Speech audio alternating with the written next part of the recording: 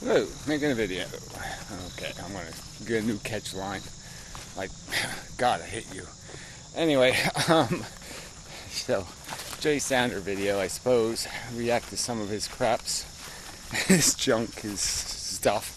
Said a lot of stuff. And, it all comes down to now, apparently. I don't know, I only watched part of some new video where he talks about spirituality and blah, blah, blah, and that's the bottom line.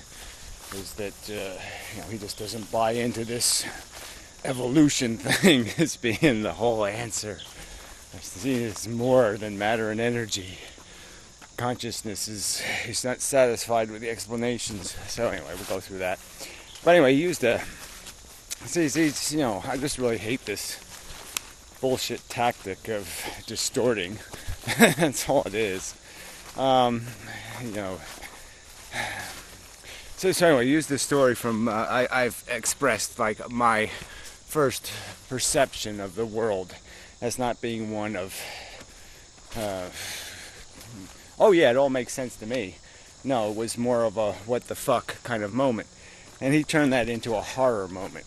And it's just these little things that people keep doing that just isn't the truth. And so it's just dishonest. I mean, I didn't react with horror.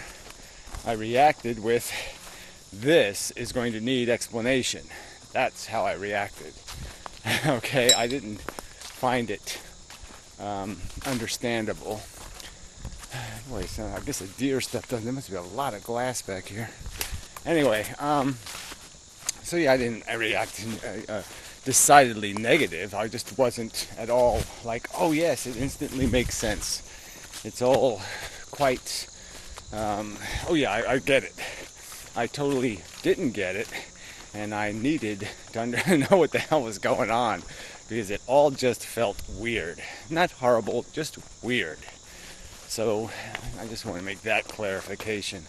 And so yes, I asked the questions, and I found the answers to be wanting. On the converse, his apparent impression was, wow, it's a big, giant, wonderful universe. Or something like that. Yeah. And he just, I suppose, said, yes, it's all mysterious, but I'm not going to ask the questions, and I'm certainly not going to demand an answer, because it's all so super cool that who would want to find fault? And so let's all just start doing what we feel. Okay, so yeah, that's kind of a cheat on a paraphrase. But anyway... So he didn't have a problem with anti-natalism or ephilism or any of this stuff. He has a problem with atheism. So, I mean, this isn't about me. This is about him and his problems dealing with his attempt to come up with a coherent explanation for reality, with, I would suspect, the premise being that he lived in a world of spiritual mumbo jumbo most of his life, and he's basically just migrated back to it, because it's, as he puts it in one of his statements, it's more beneficial psychologically, and that's all he is. His quotes are all over the place now. I mean, he's an ethical or moral nihilist, yet he believes consciousness is more than matter and energy, which is, hard to make sense out of that. I mean, how you could draw the conclusion that there's no absolute value when you haven't defined what your consciousness is, when you haven't established the limitations of its whatever, its function. We use that word again. So anyway, I did take some notes, but I just don't know whether there's any point, because like I said, this is going all the way back to the very beginning. So fundamentally, he's some sort of religious person. And he doesn't buy evolution as a complete story. He doesn't buy this brain function as having only evolutionary function, I guess. I mean, maybe he does, but he thinks that somehow it's manifesting something else from some other dimension of the universe. and I don't know what would that be, like freedom, the freedom dimension. Yes, he doesn't believe in determinism anymore either. And I mean, it goes, it's a complete, reversal into the spiritualism of the gaps. And I don't even, to me, they're not even gaps. I mean, he just wants a better answer. We know what consciousness is. We know why we have it. It's a byproduct function. So I think I'll talk about that first. It exists because it creates behavior. We're organisms in environments, and this is a more elaborate, filtered way of behaving. Having a brain means that you can go into the world and act in a more nuanced, more specialized manner, and therefore increase your capacity to survive. That's why we have one of these devices. The trick is, the consciousness is using, our brains are using a mechanism to create behavior that relies on the establishment of value. So what it does is essentially say there's a vague thing that has value, which is out there. There's stuff called food, and you need to ingest it. And so it gives us this vague goal. And the only way it can make that goal something we will chase is somehow it has to make it attractive. It has to make it something we will chase. And then it uses the same resources of the brain to scheme ways to catch the thing it establishes as chaseable. But the only way to create that chaseability is to establish value, to establish good and bad. So that's easy to understand. Predators trying to eat you is bad. You trying to eat prey, good. And so it establishes a mechanism to preserve the integrity of the biological organism, to prevent it from incurring damage, and to encourage it, to discourage the damage, encourage the consumption that'll make it flourish. And so the byproduct of attempting to synthesize this thing called value is the irony that our brain has created actual value by creating sentience, by creating the capacity to feel good and bad, good or bad, pleasant, unpleasant, satisfied, unsatisfied, repulsed or attracted. And that's yes, it's a simple explanation, but that's all you need. It covers the whole thing. It explains its existence. Yes, it has billions of cells. It has lots of wiring and nuances and synapses and all kinds of crap going on.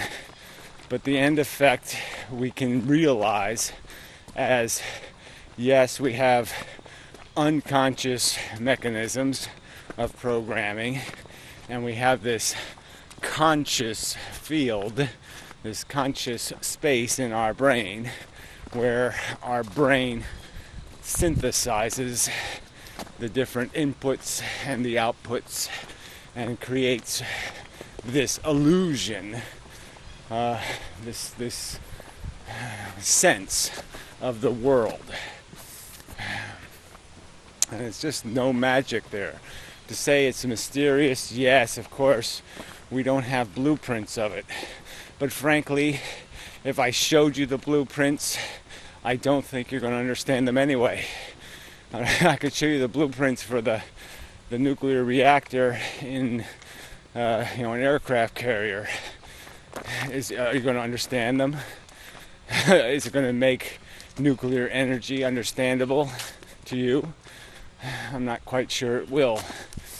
So I don't even know if a blueprint is going to really tell you.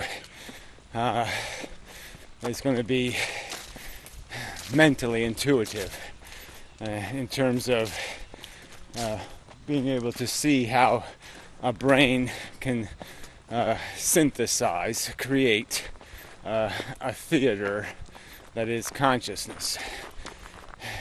It's one of those things, it just is. And yes, it's probably understandable, but it's always going to be understandable in a context of strangeness. Whatever, I don't want to rag on that one forever. But these are really fundamentally important subjects. I don't think Jay is fundamentalist spiritual enough to not accept evolution and not recognize that is our origin, and that our brain is manufactured for a specific function. Now, the fact that he has spiritualized that function is another issue. It is his contention that we have no obligation to rise above or evolve above the crude nature. So the built-in, the original hardware should never be updated. We should stay Morse code. We should never evolve to radio or TV or anything else. We should just accept the primitive function and not attempt as intellects to realize we can achieve better psychological ambitions than consumption and reproduction. That we're certainly capable of that. Just consuming and just reproducing. In terms of doing it viscerally or without any limits. Clearly we can consume more gracefully. We don't have to chase things down and beat them with clubs until they're dead, which we never really did anyway. It's all just such a fallacy that human beings were carnivores for much of their history because they're not capable of chewing or digesting, raw animals. But anyway, that's a whole other subject. But it's all part of the fantasy narratives that get written. It really is humid. This paper's like, ugh. Well, it's not humid. It's misty. It's cold. It's my first day in long pants since April. Anyway, so I did write some stuff. I can't even read it. That's pretty cool. I don't think I was deceptive. And he deceived himself, he says. Yeah, whatever. I think whatever your psychology was, it had absolutely nothing to do with me. And it has everything to do with you and your problems. And that's just the truth. And I think it was a lot more about your own, finding your own power, and giving nothing, pretty much. Alright, not good to psychological well-being. So that's the thing where he gets under this. You think about all the times that Jay has used the word truth, and now he basically has, he's arguing quite overtly that truth is, man, that sewage smells, is quite unimportant. And what's important is psychological well-being. So this you can talk about for a long time, and how much of this is controlling what's called philosophy. This idea that somehow the truth has to be a happy truth, or it's not the truth. And that seems to be the obligation, that we are first, as psychology, in need of feeding, and only as a secondary, maybe if we feel like it, function, maybe if it's fun, we'll use our faculty of reasoning and logic to explain the reality to ourselves, to have reality exposed to ourselves. And so this kind of takes us full circle to my story, where I had the awakening on Earth as pretty much a what the fuck moment, and then started asking questions and received answers that may have been psychologically enjoyable to some, but they were too insipid, so I couldn't use them. They didn't resolve the what the fuck. They didn't resolve the question. They didn't answer the question. And so they just were inadequate. Not in that they didn't make me feel good. They just didn't answer the question. So there was no value in making me feel resolving my what the fuck. And so I was stuck needing to dig and scratch at my world to find out where I really was, because I pretty much declared the people I was interacting with despicable liars. They just didn't have anything to say but drivel and babble. And that's not going to resolve anything. But this idea of glorifying our fundamental psychology, giving it any credibility as a designer of our function, is just to say something like, we're just great white sharks, let's just be sharks. We're just Tyrannosaurus, let's just be Tyrannosaurus. I mean, it just doesn't have any intellectual integrity. It just is, it's such a denial of the one faculty, again I will quote Inherit the Wind, that separates us from the animals, is the fact that we can think and ponder these questions, and that we can understand the difference between a lie and the truth. And these people are basically saying, because they have annihilated value, they have found it to be irrelevant except when it comes to their personal satisfaction, which is kind of funny, correct? I mean, they don't think anything has value in the world except their personal comfort. I mean, they don't need to resolve it for everything else. They just need to know that I personally want, and that's the only want I got to pay attention to. That's the only sense of urgency there is.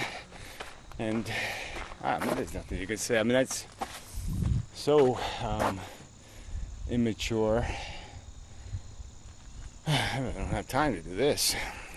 Sorry, just looking. I am running behind. Not one of my better days, of course. But yeah. I mean, they really are better than they were 2 weeks ago. So I shouldn't complain, but damn. I would like to just I'd like to go back 20 years. And I was still complaining back then, but those days are so much better than these. In terms of how I felt. Anyway, chick's coming, so that's good. Running chick. Anyway, you know, somewhere. This doesn't matter. Mostly.